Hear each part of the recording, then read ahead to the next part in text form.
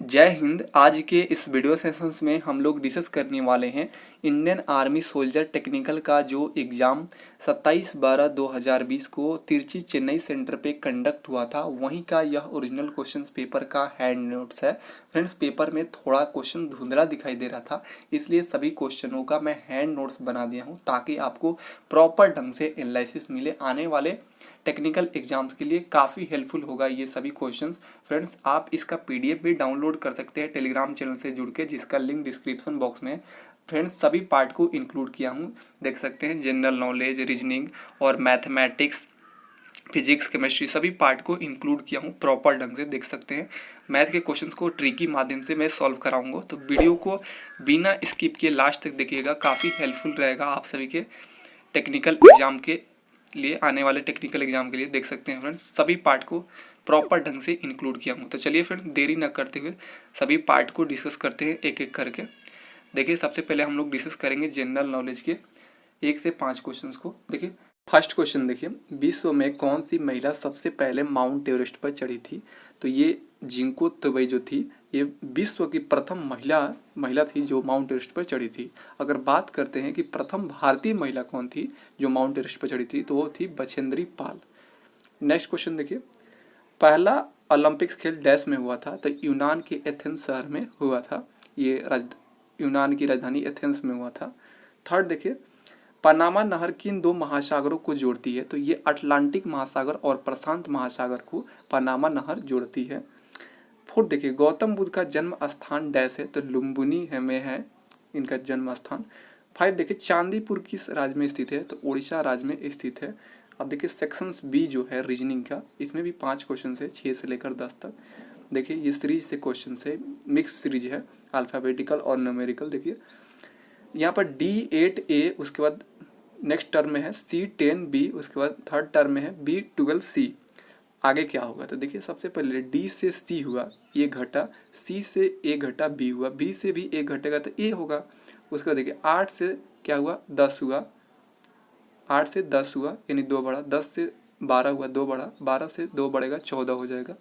अब देखिए last term ABCD, तो A 14 और D आंसर हो जाएगा। अब देखिए क्वेश्चन नंबर 7, पुलिस के लिए MLIFPE कोड किया गया है, तो DIG के लिए क्या किया गया, क्या होगा कोड? बहुत आसान है। देखिए, पुलिस के लिए M आगे, सब P के लिए M आया, कैसे आया? 3 घटा, P से 3 घटाएंगे तो M आएगा। देखिए, M के बाद 3 बढ़ाइए, MNOP, इधर से तो 3 बढ़ गया, इधर से 3 घट गया, तो सब में 3 घटाया गया है। इस तरफ देखेंगे, O में 3 घटाएंगे तो L आएगा, L में 3 घटाएंगे तो I आएगा। तो इस तरह घटाइएगा 3, तो ये कोड बन रहा है। तो सेम उसी तरह DIG, सबसे पहले कोड कर लीजिए। D कितने नंबर पर है? 4 नंबर पर। I कितने नंबर पर? 9 नंबर पर। G कितने नंबर पर? 7 नंबर पर। तो बस 4 में से 3 घटा लीजिए, एक पर कौन आता है? A आता है। 9 में से 3 घटा लीजिए तो 6 आएगा, 6 पर कौन आता है? F आता है। 7th में से 3 घटा लीजिए, 4th आएगा, 4th पे कौन आता है? D, तो AFD हो जाएगा। DIG का कोड हो जाएगा AFD। बहुत ही आसान तरीका है ये बनाने का। क्वेश्चन 8 देखिए, आयु में A जो है B से बड़ा है, इधर लिखते चलिए, A जो है B से बड़ा है, तो बड़ा ऊपर कर दिए, जो बड़ा है ऊपर रहेगा। C जो है B से बड़ा है, C जो है ये देखिए C, ये B से बड़ा है तो इसको ऊपर रखे हैं, पर A से छोटा है तो C, A और B के बीच में रहेगा C, ठीक है। D जो है D, E और B दोनों से छोटा है। जो D है ये किससे छोटा है जी? E से और B से, तो सबसे नीचे रहेगा D, ठीक है। B जो है E से बड़ा है, तो E से बड़ा यहाँ पर ऑटोमेटिक है। तो कह रहा है ज्ञात करें सबसे छोटा कौन है, तो सबसे नीचे छोटा कौन है? तो D है छोटा। अगर बड़ा पूछता तो A हो जाता। तो इस तरह बना सकते हैं। बीच में कौन है? तो B है। इस तरह क्वेश्चन बनता है। 9 देखिए, 58, 52, 46, 40, 34, तो आगे क्या होगा? सब में 6 घटाएगा, तो देखिए 34 में से 6 घटाएंगे तो 28 होगा। बहुत ही सिंपल क्वेश्चन है। अब देखिए 10th, एक आदमी का परिचय देते हुए औरत कहती है, उसकी पत्नी मेरे पिता की इकलौती बेटी है, ठीक है, वह आदमी उस औरत का क्या है? तो देखिए, बहुत ही आसान तरीका है, इसे हम लोग मुजबानी बना सकते हैं। कैसे? देखिए, एक आदमी का परिचय देते हुए एक औरत कहती है, ठीक है, कहती है उसकी पत्नी, किसकी? आदमी की पत्नी मेरे पिता की इकलौती बेटी। अब मेरे पिता की इकलौती बेटी तो खुद वही है, जो पत्नी है वो खुद वही औरतवा है, तो यानी वो आदमी और ये औरत, ये पति पत्नी है, ठीक है। तो कह रहा है वह आदमी उस औरत का क्या है, तो औरत यानी पत्नी, तो पत्नी का क्या है, वो पति है, तो आंसर पति हो जाएगा। लेकिन बहुत सारे कैंडिडेट को मुजबानी बनाने में बहुत सारा प्रॉब्लम होता है, इसलिए मैं इसे डायग्राम मेथड बता देता हूँ, थोड़ा सा कंसेप्ट है, क्लियर कर लीजिएगा। देखिए सबसे पहले आप स्वयं को बीच में रखिएगा, स्टेप बांध के, इसमें स्टेप बाई बढ़ना होता है। स्वयं को रखिएगा, अपने पत्नी को रखिएगा, ठीक है, भाई को रखिएगा, बहन को रखिएगा, अपने एज के लोगों को अपने बीच में रखिएगा, ठीक है। उसके बाद एक स्टेप बढ़ेंगे तो आपके पापा माता पिता लोग आएंगे, उसका चाचा चाची मामा मामी फुआ ये सभी लोग आएंगे। उसके ऊपर बढ़ेंगे तो दादाजी दादी जी नाना जी नानी जी ये सभी लोग आएंगे। आपके नीचे एक स्टेप बढ़ेंगे तो बेटा बेटी ये सभी आएंगे। तो इस स्टेप पर आपको बढ़ना है। चलिए मैं आपको दिखाता हूँ कैसे बनता है। देखिए एक आदमी का परिचय देते हुए औरत कहती है, और हाँ एक कंसेप्ट और क्लियर कर लीजिए, जब भी आपको जेंट्स को दिखाना होगा तो उसे हम लोग इस तरह रेक्टेंगल में दिखाएंगे, आयत तरह, ठीक है, और औरत को हम लोग सर्कल में दिखाएंगे डायग्राम में, ठीक है। और पत्नी पत्नी में अगर दिखाना है तो इसको स्प्रिंग तरह जोड़ देंगे। ये मान लीजिए ये पुरुष है और ये महिला है, तो इनके बीच में अगर हस्बैंड वाइफ है तो स्प्रिंग लगा दीजिएगा। तो आप सभी जानते हैं थोड़ा तनाव रहता है हस्बैंड वाइफ में, इसलिए मैं थोड़ा सा लगा दीजिएगा कि ताकि समझ में आए कि ये हस्बैंड वाइफ है। अब देखिए एक आदमी का परिचय देते हुए औरत कहती है उसकी पत्नी, आदमी यहाँ पर मैंने बता दिया, उसकी पत्नी यहाँ पर बना दिया, उसकी पत्नी मेरे पिता की, औरतवा के पिता की एकलौती बेटी। एकलौती बेटी का मतलब जो पत्नी है वही ना औरत है, सेम वही है, एकलौती बेटी है। वह आदमी उस औरत का क्या है, वह आदमी उस औरत का क्या है, औरत तो खुद उसकी पत्नी है, तो औरत का क्या हो जाएगा, पति हो जाएगा, तो आंसर पति हो जाएगा। अब चलिए सेक्शन सी में फिजिक्स के 15 क्वेश्चन देख लेते हैं। 11 देखिए, रॉकेट डैश के सिद्धांत पर कार्य करता है, तो न्यूटन के सिद्धांत पे कार्य करता है, न्यूटन के नियम के थर्ड लॉ पे। देखिए सेकंड 12 देखिए यहाँ पे, विद्युत बैटरी का आविष्कार किसने किया था, तो वोल्टा ने किया था। 13 देखिए, सूर्य से आती हुई किरण जिस बिंदु पर मिलती है उसे क्या कहते हैं, उसे फोकस कहते हैं। अब देखिए क्वेश्चन 15 देखिए, 0 डिग्री सेल्सियस का फ़ारेनहाइट स्केल पर मान कितना होगा, तो 0 डिग्री सेल्सियस का फ़ारेनहाइट स्केल पर मान होगा 32 डिग्री फ़ारेनहाइट। इसे कैसे निकालते हैं, तो इसका एक फॉर्मूला होता है, डिग्री सेल्सियस बटा 5 बराबर फ़ारेनहाइट माइनस 32/9। इस तरह आप लोग निकाल दीजिएगा इस पर मान रख के सेल्सियस और फ़ारेनहाइट को। अब देखिए क्वेश्चन 15 देखिए, श्वेत प्रकाश जो है ये प्राप्त वर्ण क्रम में किस रंग की किरण के विचलन न्यूनतम होती है। जो श्वेत प्रकाश आता है उसमें किसका विचलन न्यूनतम होता है, तो लाल का कम होता है। नेक्स्ट क्वेश्चन देखिए 16, कोणीय संवेग का मात्रा क्या है, तो केजी मीटर स्क्वायर पर सेकंड हो जाएगा। अब देखिए क्वेश्चन नंबर 17, किस तापमान पर सेल्सियस और फ़ारेनहाइट दोनों समान होता है। काफ़ी मोस्ट इंपॉर्टेंट है ये क्वेश्चन। -40 डिग्री सेल्सियस पे ये दोनों बराबर होता है, सेल्सियस और फ़ारेनहाइट। क्वेश्चन देखिए 18, बैरोमीटर में डैश का प्रयोग किया जाता है, पारा का किया जाता है, आप सभी जानते हैं, बहुत ही आसान क्वेश्चन है। क्वेश्चन 19 देखिए, लेंस की क्षमता को डैश में मापा जाता है, डायोप्टर में नापते हैं। क्वेश्चन 20 देखिए, एक अश्व शक्ति कितने वाट के बराबर होता है, तो 746 वाट के बराबर होता है। 21 देखिए, अपवर्तन के दूसरे नियम को डैश के नाम से जानते हैं, तो आप सभी 10वीं में पढ़ेंगे, स्नेल के नियम के नाम से जानते हैं अपवर्तन के दूसरे नियम को। 22 देखिए, प्रति इकाई क्षेत्र में लगने वाले बल के मान को क्या कहते हैं, तो दबाव कहते हैं। 23 देखिए, डाइन डैश की इकाई है, तो बल की इकाई है। 24 देखिए, प्राथमिक रंगों का सही समूह कौन सा है, तो आप लोग सही, इसको एक ट्रिक बताता हूँ, निहाल याद रखिएगा, नीला हरा और लाल याद रखिएगा, लाल नीला हरा ऑप्शन में था इस तरह। 25 देखिए, फोटो सेल प्रकाश ऊर्जा में डैश बदलता है, तो विद्युत ऊर्जा में बदल देता है फोटो सेल प्रकाश को। फोटो सेल जो होता है प्रकाश ऊर्जा में डैश में बदलता है, तो विद्युत ऊर्जा में बदलता है। अब देखिए सेक्शन डी जो है मैथमेटिक्स का है, काफ़ी अच्छा क्वेश्चन है, 26 से 40 तक है। देखिए 26 नंबर, ए और बी एक काम को 12 दिन में करते हैं, ठीक है, एक काम को 12 दिन में करते हैं, बी और सी 15 दिन में करते हैं, सी और ए 20 दिन में करते हैं। यदि तीनों इकट्ठे काम करें तो कितने दिन में कर लेंगे, तो देखिए ए और बी 12 दिन में करते हैं, बी और सी 15 दिन में, सी और ए, तो हम लोग टोटल मालूम करते हैं कि टोटल कितना दिन का काम है, तो इसका 12, 15, 20 का एलसीएम ले लेंगे तो 60 निकल के एलसीएम आएगा, यही टोटल काम है।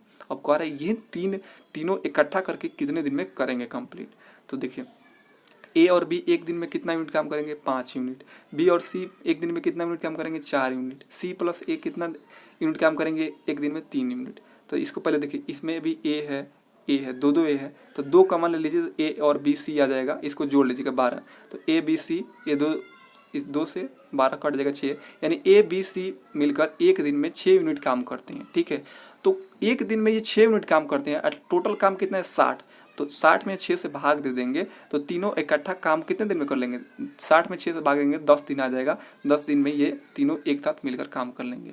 अब देखिए 27, एक कमरा 5 मीटर लंबा, ठीक है, 3.5 मीटर चौड़ा और 3 मीटर ऊंचा है, इसके चारों दीवारों का क्षेत्रफल क्या है। बहुत ही सिंपल है, चार दीवारों का क्षेत्रफल का सूत्र होता है 2 into L plus B into H.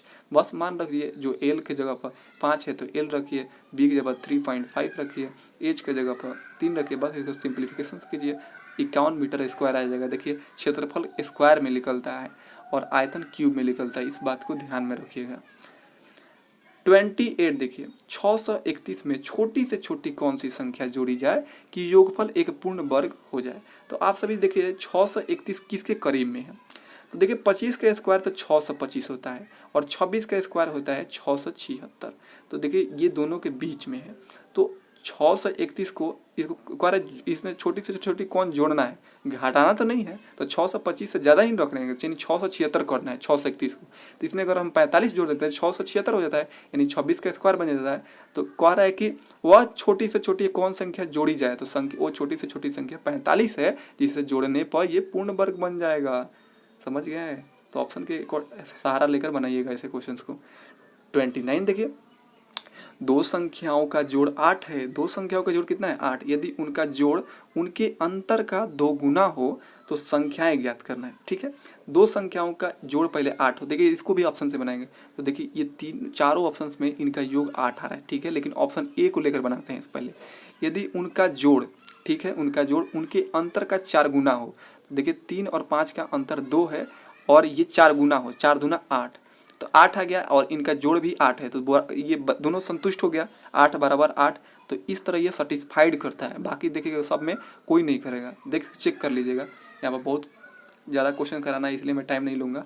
30 देखिए, एक रेलगाड़ी 40 किलोमीटर पर आवर की रफ्तार से चल रही है, यदि यह एक खंबे को 18 सेकंड में पार करती है तो गाड़ी की लंबाई क्या होगी। बहुत सिंपल क्वेश्चन है। देखिए कभी भी ट्रेन न खंभा को, पुल को या गाछ वृक्ष को, आदमी को पार करे तो वो खुद की लंबाई पार करती है, खुद की लंबाई। ठीक है, तो यहाँ पर कंफ्यूज नहीं होना है कि वह खंबे को 18 सेकंड में पार करती है। तो गाड़ी की लंबाई ज्ञात करना है, यानी दूरी ज्ञात करना है। दूरी बराबर क्या था 40 गुना समय, तो चाल कितना दिया 40 किलोमीटर पर आवर, लेकिन इसका आंसर मीटर पर सेकंड में था, तो इसको मीटर पर सेकंड में 40 को क्या करेंगे, मीटर पर सेकंड में बदलने के लिए 5/18 से मल्टीप्लाई करते हैं, और किलोमीटर में बदलने, किलोमीटर पर आवर में बदलने के लिए किससे 18/5 से मल्टीप्लाई करते हैं। समय कितना दिया 18 सेकंड, तो बस इसको कट पिट करेंगे, 200 मीटर आ जाएगा किसकी, ट्रेन की लंबाई, गाड़ी की लंबाई। समझ गए। 31 देखिए, एक किले में 1000 व्यक्तियों के लिए 48 दिनों की खाद्य सामग्री की व्यवस्था है। ठीक है, यदि वहाँ 600 व्यक्ति और पहुँच जाते हैं, लो अब खाद्य सामग्री कितने दिन के लिए पर्याप्त होगी, तो इसे MDH मसाला द्वारा बना देंगे। तो देखिए M1, देखिए M का मतलब मास, मास का मतलब वहाँ पर आदमी हो सकता है। ठीक है, डी के मतलब डे, तो इसमें मास और देखिए इसमें मैन और डे का काम है, तो बस MD और M1 D1 बराबर M2 D2 पर बन जाएगा। तो देखिए सबसे फर्स्ट ये देखेंगे 1000 आदमी 48 दिनों का खाद्य सामग्री, तो 48 से मल्टीप्लाई कर देंगे बराबर 600 व्यक्ति और आ जाते हैं, यानी पहले 1000 थे और 600 आ जाएंगे, 1600 हो जाएंगे। तो कह रहा है कि अब खाद्य सामग्री कितने दिन के लिए पर्याप्त होगी, यानी D2 निकालना है। बस इसको काट पीट करेंगे तो 30 दिन की और कितने दिनों के लिए पर्याप्त होगी, तो खाद्य सामग्री तो 30 दिनों के लिए और पर्याप्त होगी, तो आंसर 30 दिन हो जाएगा। 32 देखिए, यदि tan थीटा बराबर 4/3 हो तो sin theta plus cot theta का मान ज्ञात करें। बहुत ही सिंपल, tan थीटा बराबर क्या होता है, लंब बटा आधार। क्या होता है, लंब बटा आधार। तो देखिए लंब और आधार दिया है, तो कर्ण कितना हो जाएगा, तो देखिए यहाँ पर देखिए लंब 4 है, आधार 3 है, तो आप एक जानते हैं कर्ण निकालने के लिए क्या होता है, कर्ण बराबर क्या होता है भाई, लंब स्क्वायर प्लस आधार स्क्वायर, अंडर रूट में लंब स्क्वायर प्लस आधार स्क्वायर, उस पर भी निकल जाएगा 3 और 4 को करेंगे तो। लेकिन आप सभी जानते हैं कि यहाँ पर ट्रिपलेट्स दिखाई दे रहा है 3 4 5, ये ट्रिपलेट्स मैं बताऊंगा जब डिटेल्स में पढ़ाऊंगा क्या होता है। तो 3 4 5 यानी कर्ण यहाँ पर क्या निकल जाएगा 5, 5 निकल गया। अब देखिए आपको कर्ण मालूम हो गया, लंब मालूम हो गया, आधार मालूम हो गया, तो बहुत बन गया। साइन थीटा, साइन थीटा देखिए साइन थीटा बराबर क्या होता है, लंब बट्टा कर्ण, कॉस थीटा का मान कितना, कॉस थीटा बराबर क्या होता है, आधार बट्टा कर्ण। बस आप इसको मान रख दीजिए। एल का लंब कितना है जी, 4, 4, कर्ण कितना है 5, 4/5 लिख देंगे। आधार कितना है 3, कर्ण कितना है 5, बस 4/5 और 3/5 को जोड़ेंगे तो 7/5 हो जाएगा। इतना सिंपल है। अब देखिए 33, एक गांव की जनसंख्या 16,220 है, इनमें से 55% पुरुष एवं बच्चे हैं, तो महिलाएं कितनी हैं। बहुत सिंपल। अब बताइए 100% में, 100% आदमी परसेंट में अगर बात करते हैं, 100% आदमियों में अगर टोटल व्यक्ति है उसमें कितना मेल फीमेल है वो बात अलग है। 100% लोग हैं, ठीक है, इस तरह सोचिए 100% लोग हैं जिसमें 55% क्या है, उसमें पुरुष है और बच्चे हैं, तो फीमेल कितना होगी 45%। तो वही कह रहा है कि महिलाएं कितनी हैं, महिलाएं, तो महिलाएं कितनी हैं, तो देखिए 16,000 जनसंख्या का टोटल कितना दिया है 16,200, इसका 45% निकाल लीजिएगा तो महिलाओं की यहाँ पर निकल जाएगा कितनी है, तो 7,299 आ जाएगा महिलाएं। नेक्स्ट क्वेश्चन देखिए 34, दी हुई श्रेणी यानी एपी यहाँ पर दिया गया है, अर्थमेटिक प्रोग्रेशन का क्वेश्चन है। 8, 11, 14, 17 इससे प्लस में है, 15 पदों का योग ज्ञात करना है। तो देखिए आप सभी फर्स्ट टर्म क्या है, पहला पद क्या है 8 है, इसका डिफरेंस कितना है 3 है, सब में देखिए 8, 3, 11, 11, यहाँ पर 11, 3, 14, इस तरह सब में डिफरेंस 3 का है। और 15 पदों को निकालना है ना, एन का मान 15 दिया है, तो बस योग निकालने के लिए एस एन का सूत्र लगा दिए, n/2। आप लोग 10वीं में कितना बार पढ़े होंगे, n/2 2a + n-1 d होता है, बस इसको सब मान रखिएगा तो आ जाएगा 435। बहुत सिंपल है। नेक्स्ट क्वेश्चन देखिए, क्वेश्चन नंबर 35 देखिए, बहुत ही सिंपल क्वेश्चन। यदि विक्रय मूल्य को दुगुना किया जाता है, यदि विक्रय मूल्य को दुगुना किया जाता है तो लाभ जो है 3 गुना हो जाता है, तो लाभ परसेंट ज्ञात करें। तो लाभ परसेंट इसी में से ना कोई होगा, तो इसमें से मान लेते हैं ऑप्शन ए ले लेते हैं 100। तो मान लीजिए क्रय मूल्य आप 100 रुपया माने हैं और उस पर 100 का और लाभ मिल जाता है, यानी 200 विक्रय मूल्य हो जाता है। आप कह रहे हैं विक्रय मूल्य को दुगुना कीजिए, विक्रय मूल्य को दुगुना करने पर 400 हो गया, तो लाभ 3 गुना हो जाता है, लाभ 3 गुना हो जाता है। देखिए पहले यहाँ पर 100 रुपये का लाभ मिलता था, लेकिन अब यहाँ पर 100 पर 300 का लाभ हो, यानी 3 का यहाँ पर 3 का मल्टीपल है कि नहीं, तो 3 गुना यहाँ पर सेटिस्फाइड कर लाभ 3 गुना हो जाता है, यानी फर्स्ट ऑप्शन सेटिस्फाइड करता है, इसलिए ऑप्शन ए सही हो जाएगा, लाभ परसेंट 100 हो जाएगा। इसे ऑप्शन से ही बनाइएगा, लॉन्ग मेथड हो जाएगा अगर एक्स वाई मान के बनाएंगे तो इस तरह। 36 देखिए, यहाँ पर दिया गया है 3401 में कम से कम क्या घटाया जाए कि 11 से पूरी तरह विभाजित हो जाए। तो आप सभी जानते हैं अल्टरनेट संख्याओं का जो योग होता है और योग का अंतर जो आता है, अंतर या तो 0 हो, 11 हो या 11 के मल्टीपल पर हो, तो वो 11 से विभाजित होता है, या ऐसा आप पढ़े हैं 11 से विभाजितता के नियम। तो बस वहीं देखिए, सबसे पहले हम लोग 3 और 0 को जोड़ेंगे तो 3 आया, फिर 4 और 1 को एक अल्टरनेट पे जोड़ेंगे तो 4 और 1 को जोड़ेंगे 5 आया, इसका अंतर कितना आया 2 आया। अगर यहाँ पर 0 आ जाता तो क्या होता, ये 11 से विभाजित हो जाता, तो यहाँ पर 0 मंगाने के लिए क्या, इसमें से 2 घटाना पड़ेगा, 2 आया ना, 2 घटाना पड़ेगा, बहुत सिंपल। अब देखिए 37, एक बहुभुज के 5 विकर्ण है, ठीक है, तो उसकी भुजाएं क्या होगी। बहुत सिंपल, आप सभी जानते हैं बहुभुज का विकर्ण का सूत्र क्या होता है, n × n-3/2, काफ़ी फेमस, देखिएगा कई बार पूछा जाता है। तो विकर्ण 5 दिया है, ठीक है, n × n-3/2 कर दीजिएगा, तो n × n-3 बराबर 10 हो जाएगा, मल्टीप्लाई क्रॉस मल्टीप्लिकेशन करेंगे तो इतना आ गया। अब देखिए यहाँ पर अगर हम लोग आगे सॉल्व करते हैं तो यहाँ पर द्विघात समीकरण बन जाता है। अब हम लोग क्या करेंगे, एन के मान निकालना है, भुजे के मान निकालना है, तो यहीं पे हम लोग ऑप्शनमा को रख के सेटिस्फाइड कर लेते हैं। LHS अगर RHS के बराबर हो जाए तो वो भुजा हो जाएगा। तो ऑप्शन ए देख लीजिए, 5 रखेंगे एन के जगह पर, तो 5 और 5 में से 3 गया 2, यानी 5 दूना 10, 10 आ गया। इधर भी RHS में 10 है, तो 10 बराबर 10, यानी भुजाओं की संख्या 5 है। ये सेटिस्फाइड करता है, बाकी नहीं करेगा, चेक कर लीजिएगा। अब देखिए 38, 6,000 रुपये राशि की रकम 4 साल में 720 रुपये हो जाती है। यदि ब्याज की दर 2% बढ़ जाती है तो रकम क्या होगी। बहुत सिंपल क्वेश्चन से देखिए, पहले प्रिंसिपल 600 था, लेकिन रकम 4 साल में 720 हो जाता है, यानी अमाउंट मिश्रधन हो जाता है 720। यदि ब्याज 2% बढ़ाया जाता है तो रकम क्या होगा। तो देखिए ब्याज 2% होगा, तो ये सबसे पहले ब्याज परसेंट कितना होगा, तो 4 साल के लिए ब्याज परसेंट निकालेंगे, 2% बढ़ाएगा, 4 दूना 8%, तो 600 जो मूलधन है इसका 8% निकालेंगे तो 48 रुपये बढ़ेगा। तो इस 48 रुपये ब्याज जो बढ़ रहा है, इसको 720 में 48 जोड़ देंगे जो ब्याज है तो इसको 768 आ जाएगा। तो यही रकम हो जाएगा, क्या हो जाएगा, 2% बढ़ाने पर 768 हो जाएगा रकम, 720 से 768 हो जाएगा। ये बहुत सिंपल है। क्वेश्चन नंबर 39 देखिए, एक किताब का 5/8 भाग पढ़ने के बाद 168 पेज छूट जाता है तो किताब में कितने पेज होंगे। बहुत सिंपल है। देखिए एक किताब में 5/8 भाग पढ़ने इसका मतलब है 8 भाग में से 5 भाग पढ़ लिया गया है, तो उसके बाद 168 पेज छूट जाता है। यानी 8 में से 5 भाग पढ़ लिया गया है तो 3 भाग छूटा होगा। 3 भाग छूटने का मतलब 3 बराबर हो जाएगा 168 पेज के। तो हमें कह रहा है कि तो किताब में कितने पेज होंगे, तो 8 भाग है तो 8 बराबर हो जाएगा किसके, तो 168। और एक एक नियम लगा दीजिए, 168/3 आ जाएगा, तो इसको 8 से मल्टीप्लाई कर देंगे तो ये कितने पेज होंगे, तो इसको कट पीट करेंगे तो 448 पेज होंगे टोटल बुक में। अब देखिए 40 लास्ट ये है मैथ का क्वेश्चन। 50 का 20% प्लस 70 का 20% कितना हो। बहुत सिंपल, 50 का 20% कितना हो जाएगा, 0 से 0 कट गया, 5 दूना 10, 10 आ जाएगा। और 70 का 20% कितना हो, 0 से 0 कट गया, 7 दूना 14, तो 10 और 14 कितना हो जाएगा, 24 हो जाएगा। आंसर 24 लिखा जाएगा। अब सेक्शन ई में केमिस्ट्री के 10 क्वेश्चन है, बहुत ही अच्छा क्वेश्चन है, देख लीजिए। 41 देखिए, खाने वाला सोडा डैश है तो NaHCO3 होता है खाने वाला सोडा का रासायनिक सूत्र। 42 देखिए, रॉक सॉल्ट का रासायनिक फार्मूला क्या है, यानी जो हम लोग खाते हैं सॉल्ट उसका फार्मूला क्या है, NaCl होता है।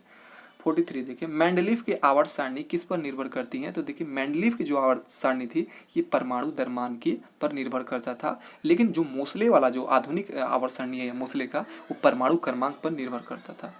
अब देखिए 44, समभारिक वह परमाणु है जिसमें डैश समान होता है, तो परमाणु द्रव्यमान बराबर होता है। देखिए समभारिक और समस्थानिक की बार बार पूछा जाता है, समस्थानिक में परमाणु क्रमांक बराबर होता है लेकिन इसमें समभारिक में द्रव्यमान समान होता है, याद रखिएगा। 45 देखिए, ग्रीन हाउस प्रभाव किस कारण से होता है, तो कार्बन डाइऑक्साइड यानी CO2 के कारण होता है ग्रीन हाउस प्रभाव। 46 देखिए, कौन बहुतायत में पाए जाने वाला हाइड्रोकार्बन प्रदूषक है, तो मीथेन है। नेक्स्ट क्वेश्चन देखिए 47, सबसे ताकतवर अम्ल है, देखिए ऑप्शन था HCl, HClO3, HNO3, H2SO4, तो आंसर हो जाएगा HCl, हाइड्रोक्लोरिक अम्ल जो है सबसे ताकतवर अम्ल है। 48 देखिए, सफेद फास्फोरस को हमेशा पानी में डैश के कारण रखा जाता है, इसलिए रखा जाता है कि जलने से बचाने के लिए, ऐसे खुले में रखेंगे तो जल जाएगा सफेद फास्फोरस, इसलिए इसे जलने से बचाने के लिए पानी में रखा जाता है। 49 देखिए, शुद्ध पानी का pH मान कितना होता है, 7 होता है, याद रखिएगा, काफी बार पूछा गया है टेक्निकल एग्जाम में। 50 देखिए, क्लोरोफार्म का आणविक सूत्र क्या है, तो CHCl3 होता है, काफी इंपॉर्टेंट क्वेश्चन है फ्रेंड्स। मैं आपको बहुत ही सरल भाषा में 50 क्वेश्चंस कराया। आई होप कि आप सभी को बहुत ही अच्छा लगा होगा। यदि अच्छा लगा है तो एक कमेंट्स जरूर करके जाइएगा, क्योंकि आप सभी का एक मोटिवेशन, एक लाइक मेरे लिए काफ़ी मोटिवेशन देता है। मिलते हैं नेक्स्ट वीडियो के एनालिसिस में, तब तक के लिए आप सभी दोस्तों को मेरा जय हिंद।